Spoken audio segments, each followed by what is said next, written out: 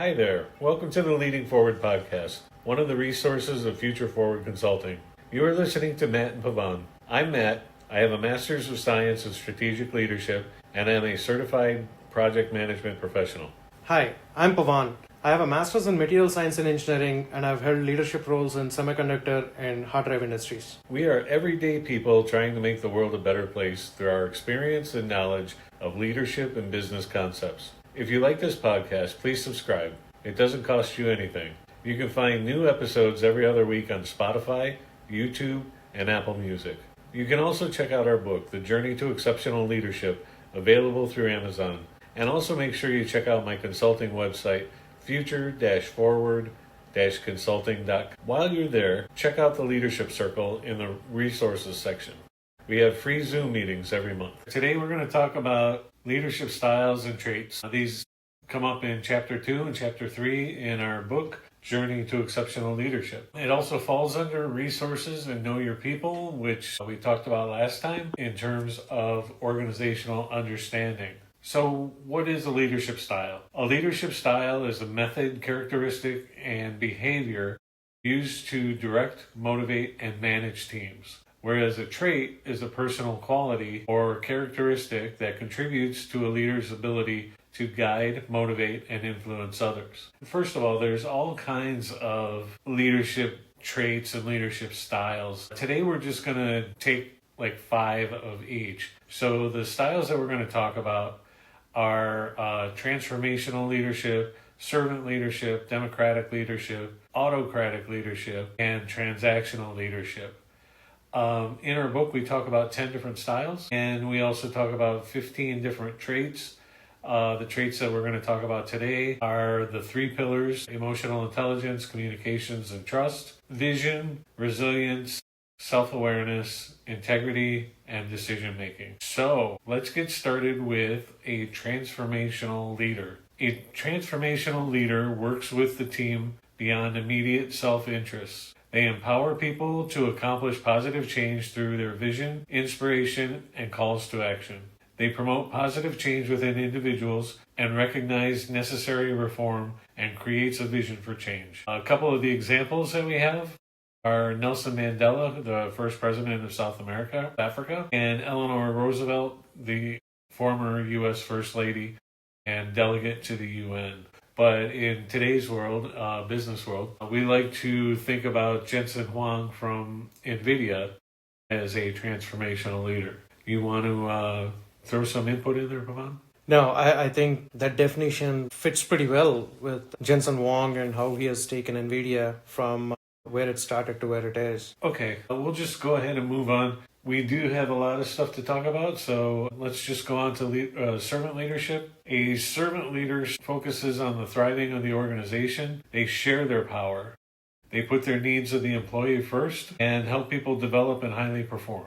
Examples of servant leaders are Mother Teresa and Vladimir Zelensky, the current president of the Ukraine. In today's business world, actually I think he's sadly passed away, but Herb Kelleher from Southwest Airlines is our example that we use. Any thoughts on servant leadership? No, I think it's quite important, and it's one of those empathetic styles that a lot of people gravitate towards. It's a hard place to be, but people that have perfected it tend to have happier and well-satisfied and well-adjusted teams. I'm actually inspired by servant leaders. I don't feel like I personally have the emotional intelligence, the empathy that a strong servant leader should have. So that's something that I always try to keep an eye on when I'm in a leadership role. Democratic leadership type. So a democratic leader, they share their leadership. They trust their team to generate ideas. They want all their team members to be involved, and they encourage their team members to work together. So historical examples of a democratic leader include Winston Churchill and Angela Merkel, the former German chancellor. In today's real world, the example that we identified was Satya Nadella from Microsoft. Any thoughts on democratic leadership? Well, I think some of the history buffs might argue that Winston Churchill had bouts of autocracy in his democratic leadership style. And I think it's well placed essentially when you're chasing execution, trying to deliver things at a critical timeline. There are times where even the most democratic or servant leaders tend to change their style a little bit to deliver on things, right? And that's I think what we're going to talk about through the episode is these are not one and all. There's unique situations require unique styles and traits, and it's important to be conscious and understand what the need of the hour is. Yeah, we're going to have some fun with this information a little bit later. So just bear with us as we kind of bull our way through this information. So we'll go on to the autocratic leadership style. The autocratic leader maintains individual control over all decisions. They consider little input from the members. They provide clear direction and establish strict control over organizational activities. So the examples that we had for an autocratic leader were Indira Gandhi and Martha Stewart, and in today's world, Elon Musk. Thoughts on that? That's a touchy one to touch. They're true. All right, so transactional leaders. Transactional leaders utilize rewards and punishments to motivate their followers. They focus on exchange of skills, knowledge, resources between leaders and subordinates. They emphasize structure, organization, and supervision, and they maintain the status quo. Historically, this would include Steve Jobs and Napoleon Bonaparte. The example that we have is Bill Gates. Thoughts on that? No, it's good, right? But I just want to explain a little bit that this is setting the stage for what's coming next, right? These are definitions of these 5 leadership styles that we've chosen to talk about today. But again, we're not here to encourage a specific style that somebody needs to adapt, or we are not advocating for what works for somebody else and what might not work for somebody else. So you have to still be conscious and aware, like we talked in the previous episode. Understand your organization, its structure and its resources, the processes and workflows before you work on your style and the traits. Yeah, for sure. Good point. In fact, yesterday as we were preparing for this, we had some lively conversation about what makes somebody successful at their leadership style. Knowing full well that a successful autocratic leader might be somebody that nobody likes, but they're successful nonetheless. You can be successful at pissing people off. Well, if it depends on who you ask, it might not be a popular opinion, but for a while there, Adolf Hitler was successful in what he was trying to do. That doesn't mean it was the right things to do. Exactly. Okay, so let's talk about traits. There's a lot of traits that can be attributed to a good leader, a successful leader, any old leader, if we want to go there. So the ones that we're going to talk about today, actually we're not going to talk about the 3 pillars. The 3 pillars of emotional intelligence, communications, and trust. I think if anybody's listened to this podcast all the way through to this point, they know the importance that we place on those 3 leadership traits, and that's why we call them the 3 pillars. Today we're also going to talk about vision, but we're going to talk about that in a later episode as well. We're going to go into greater detail. We're going to talk about resilience today. We're going to talk about self-awareness, integrity, and decision-making. But keep in mind, even in our book, we identify and talk about 15 different kinds of leadership traits. And even then, we pared it down from a much bigger number than that. And how much in all the research we were doing while preparing for this episode, one thing we have to recognize is no matter what we query or try to find, every successful leader, either in the business world, the political world, across the globe, the 3 pillars always stand out, right? Almost for the leaders that people love. That people are gravitated towards or satisfied in working with. These 3 pillars, the communication, emotional intelligence, and trust, weigh pretty heavily. Yeah. So let's talk. We've talked about those 3 quite a bit. So we'll talk briefly about vision. Vision is a leader's ability to create a shared goal that motivates and guides everyone towards a common objective. And we're just going to leave it at that for this episode because, like I said, we go into greater detail about vision and mission in a later episode. Yeah, this is one of those things that gets me hot and bothered. So We're going to have a pretty lengthy episode on that. Well, as far as resilience goes, when you look at it, it's about how persistent are you going to be towards your goals, right? You're going to face a lot of pushback. You're going to face a lot of friction. As a leader, how are you going to stick it out? Stay consistent with the goals that you have set for the team, and how you're going to dig yourself out of any of those holes that you find yourself in. And I think more importantly, how you pivot when you face blockages. Absolutely. All right, so self-awareness. Self-aware leaders understand their strengths and weaknesses, which enables them to make informed decisions, leverage their strengths, and work on areas that need improvement. Integrity. So, integrity. A good leader must possess unwavering integrity to inspire confidence and maintain credibility. Leaders set a moral compass for their teams, fostering an environment of honesty and dependability. So, integrity is pretty strong for leadership styles that people appreciate. You have to walk the walk, you have to talk the talk. Any thoughts on that? Yeah, and it is integral to one of the 3 pillars, right? So if you want to build trust, they expect you to have that integrity, to be honest with them, and to follow through on the promises you have made or the plans you have set up for people. Right. Okay, so the last trait is decision making. Effective leaders thoughtfully align each decision with their broader vision and goals. They seek diverse opinions, carefully weigh the pros and cons, and then choose a course of action with conviction. I think almost 2 episodes now, we have literally emphasized the criticality of decision making. As a leader, if you're not making decisions, you are failing your organization, you're failing your team, and it's a very integral part of being a leader. I think we should set the stage to why we picked what we picked to talk about before moving in or transitioning into the fun part of the podcast.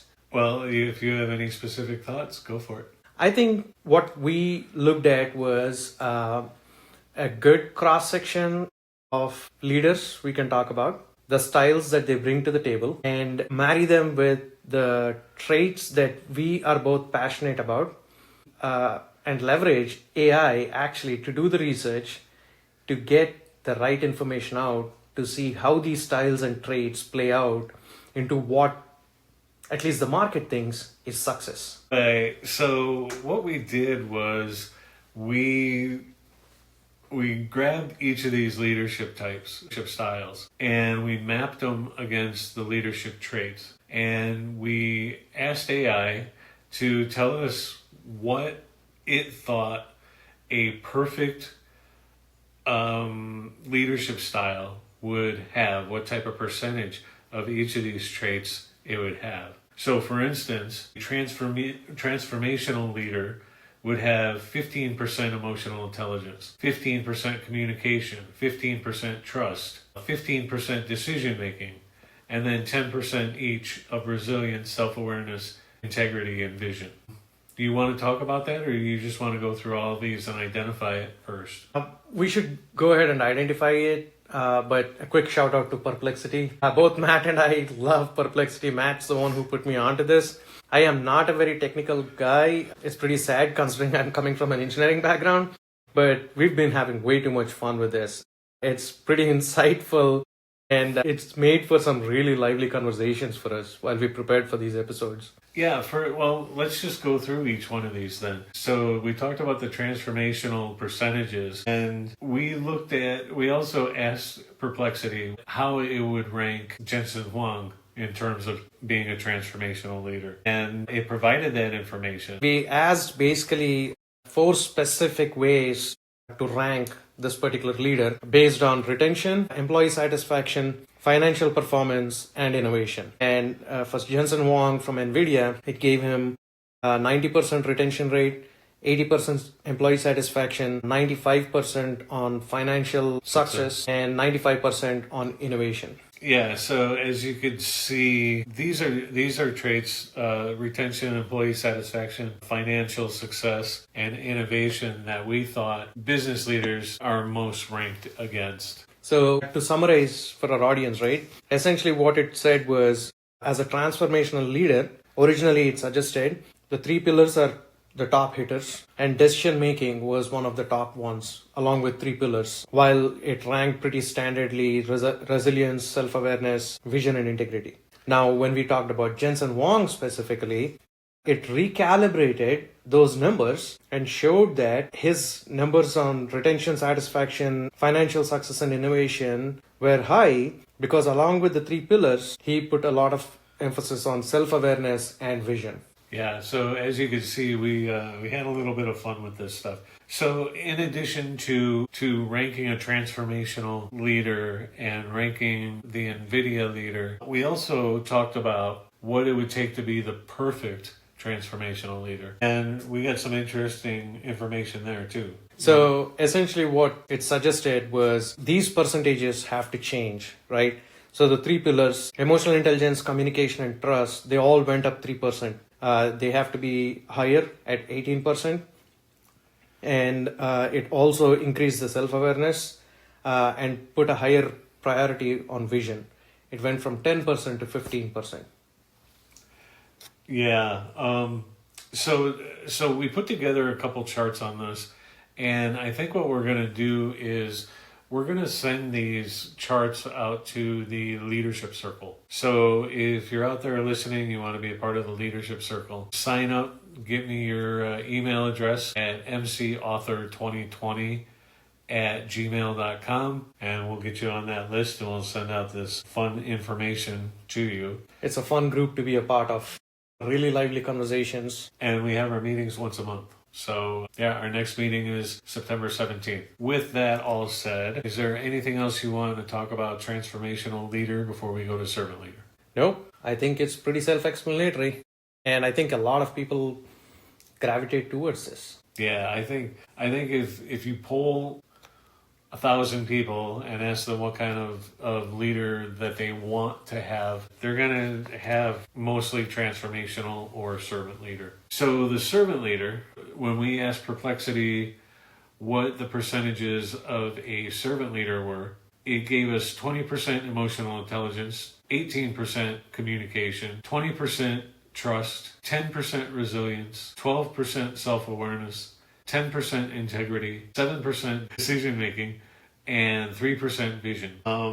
When we talked about Herb Kelleher, what did we find? We asked the same question on retention, employee satisfaction, financial success, and innovation. It ranked Herb Kelleher at 85% for retention, 90% employee satisfaction, 80% for financial success, and 75% on innovation. And it put emphasis on the fact that his numbers predominantly laid in the 3 pillars and self-awareness. So when we looked at the ideal servant leader, what kind of numbers did we see there? Oh, it bumped all the 3 pillars up by big points, right? So it bumped up emotional intelligence to 25%, communication to 20%, and trust to 22%. At the same time, it also bumped up self-awareness and integrity by about 2% and increased the vision to 12% from 3%. Yeah, so that's pretty high numbers to aspire to if you want to be the perfect servant leader.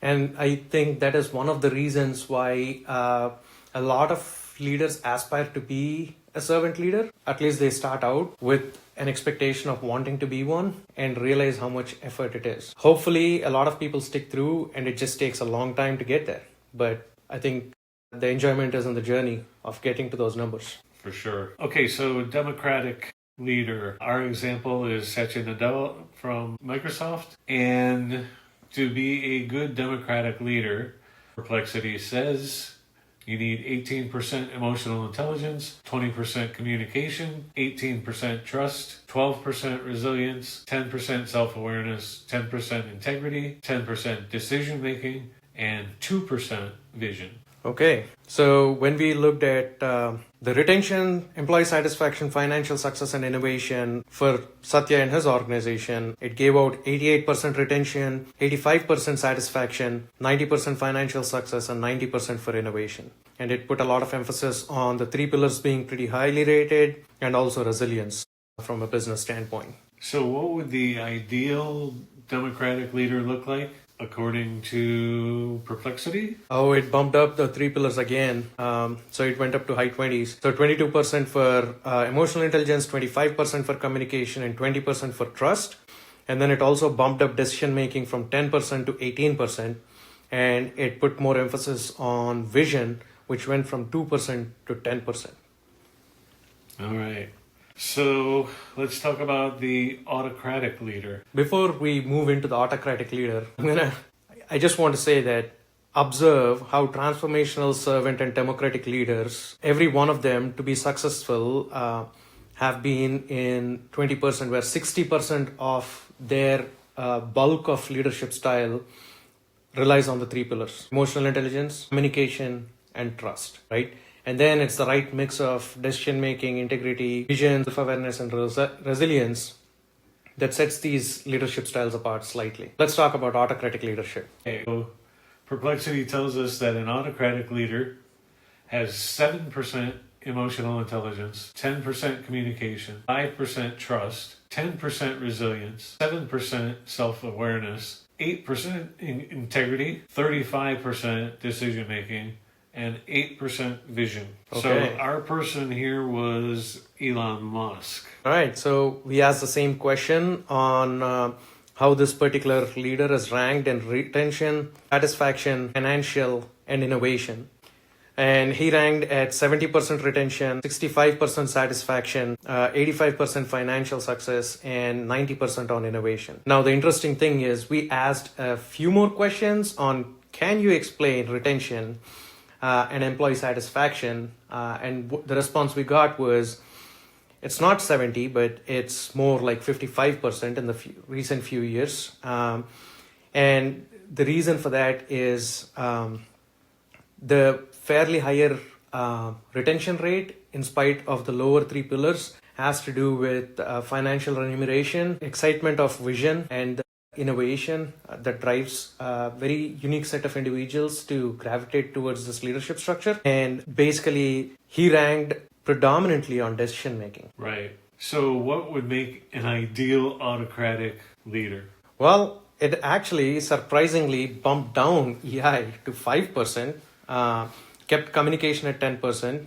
kept trust at 5%, increased resilience to 12%, and increased decision making to 40%, and reduced the vision significantly down to 3%, while keeping resilience and integrity right around 7 to 8% range. All right, so the last one we're going to talk about is the transactional leader. Our example is Bill Gates. According to Perplexity, a transactional leader will have 5% emotional intelligence, 10% communication, 7% trust, 10% resilience, 8% self-awareness, 10% integrity, 40% decision-making, and 10% vision. So what do we know about Bill Gates? So Bill's numbers were also pretty good, with retention at 80%, satisfaction at 75%, financial success at 90%, and innovation at 80%.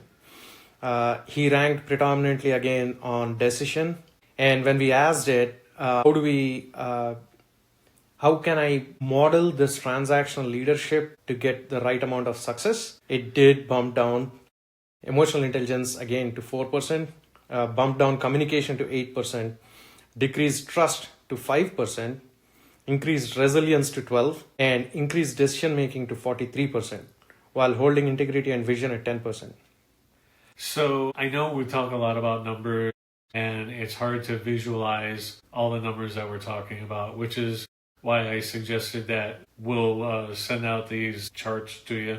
But we just found it really fascinating to have this conversation about what kind of mix it took. What did you have to throw into the soup to make a transformational servant, democratic, autocratic, and transactional leader? And then to really try to understand whether we actually thought about the word successful, whether they were a successful leader. And my point was we don't want to say successful because they could be good at what they do and still not necessarily be successful. Again, when we talk about Elon Musk and Bill Gates, we talk about we talk about Tesla and Microsoft, and A lot of people wanted to work there, especially early on.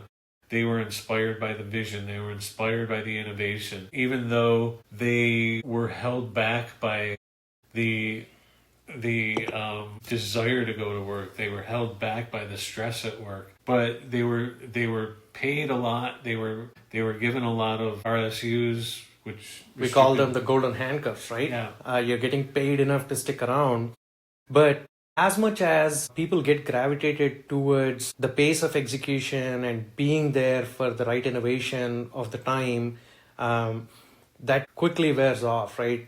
People tend to start falling apart because life does happen and you can't always be the top performer. And the interesting transition, if you look at transformation, servant, and democratic versus autocratic and transactional, I'm not saying we should look at it that way, but the stark difference is how much emphasis is put on the three pillars in the first three versus the last two, right? It almost flips the script on it and says all the things that are important or that really work for those leadership styles definitely are not what work in the other two styles. And I think it's an important discussion to have to understand that there's no such thing as one single style that works everywhere, right? It's a mixed bag of what is the situation, again, how do I understand my organization, and what do I need to execute? And use it in right doses, right?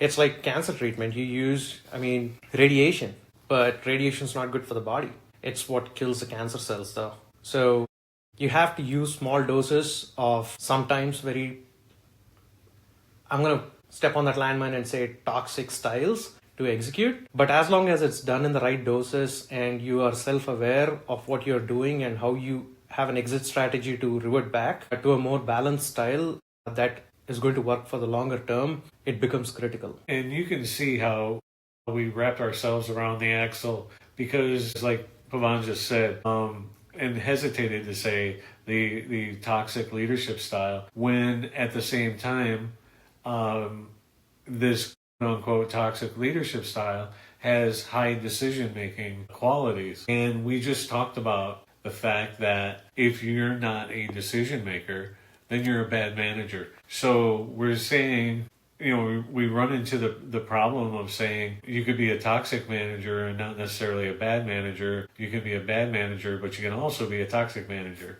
And it comes down to the outcome, right? You can, like we just looked at the autocratic leadership style, you can make decisions, you can move fast, but what does that get you? Long term, what is the impact on the organization? How are the people doing, right? As leaders, I think we've been pretty transparent about what we want out of people, right? We want leaders that are balanced, that care and actually do all the right things. And sometimes it is making those hard decisions and doing things that are uncomfortable, which comes with the territory. But again, self-awareness and having that integrity and making sure you're communicating and have a good emotional intelligence is important. And you have to have trust in your organization. This kind of reminds me, it's been a while since I read the book, but Rudy Giuliani wrote a book on leadership in the shadow of 9/11. And it was actually really good in showing that his intent was to be a servant leader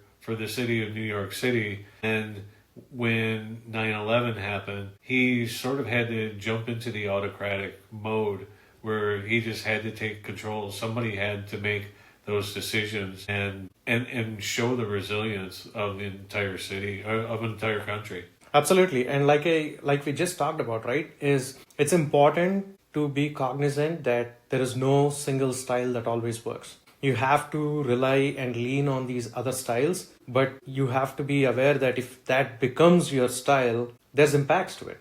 Every action has a reaction and you have to be okay with it. And you have to be conscious that you're going to lose people. You're going to lose engagement and you're going to lose trust. But you have to realize when to scale it back and when to jump into those modes. But it all comes back to, again, the three pillars. Right. So as I hope you can see, we had a lot of fun jumping into these topics today. Is there anything you want to add before we kind of wrap everything up? Yeah. One thing I'll say is we've asked the questions. Again, like you have educated me on this. It all depends on the prompt.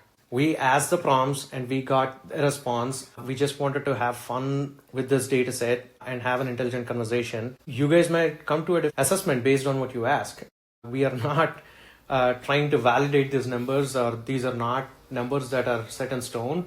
But it was a conversation point for us to have this discussion and show how each of these leadership styles are different and how each of these styles lean on different traits. And what comes out is what comes out, and you have to make the decision. Again, it becomes important that you understand the organization really well before you make changes or set a style or go down the path of, I am going to change into this particular leadership style. Understand your ecosystem before you go down that rabbit hole. So today we talked about leadership styles and traits. We talked about people who exemplified each of these styles. We talked about the traits that we thought were important. Again, there's many styles, many traits. You can do your research and find additional information. Maybe this enticed you to do your own research and see what you can come up with.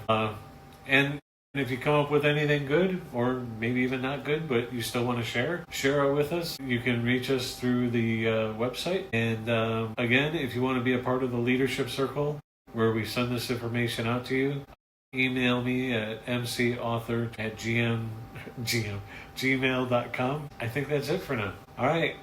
Until next time, hope you guys learned something. We'll talk to you later. If you like this podcast, please subscribe. As we mentioned, it doesn't cost you anything. You can find new episodes every other week on Spotify, YouTube, and Apple Music. You can also check out our book, The Journey to Exceptional Leadership, available through Amazon. And make sure you check out my consulting website, future-forward-consulting.com. Our leadership circles are every third Wednesday of the month. Check it out in the resources section of the website. Until next time, this has been Matt and Pavan on the Leading Forward podcast. We hope you learned something, and we'll catch you again next time.